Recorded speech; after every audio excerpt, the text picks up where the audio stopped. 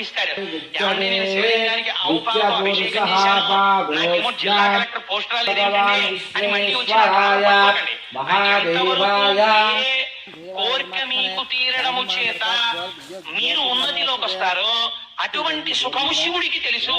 శివుని శిరమున కాశిన్ని నీళ్లు చల్లి పత్తిని సుమంతనే వాడు పారవయించు కవదేవు వానింటి గడిపశువు అల్ల స్వశాఖ వానింటి మల్లి చెట్టు.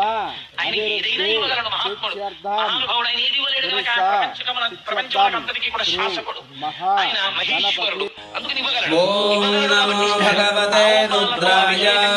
వచ్చేటటువంటి మొట్టమొదటి ఫలితం సర్వసౌఖ్యాలు. అది ఎప్పుడు సౌఖ్యం అని మీకు తెలుస్తుందంటే మీ మనస్సుకి పరిణతి ఉండాలి. మీకు ఒక ఉదాహరణ చెప్తాను. ఏకకాలమునందు ఇద్దరు భక్తులు దేవాలయానికి వెళ్ళారట. ఒక ఆయన అన్నాడు భగవంతుడితో, స్వామి నిజంగా నువ్వు ఎంత కరుణాస్వరూపుడవయ్యా, నాకు ఎంత గయ్యాడి భార్యనిచ్చావు, అస్తమానం తిడుతుంది నన్ను.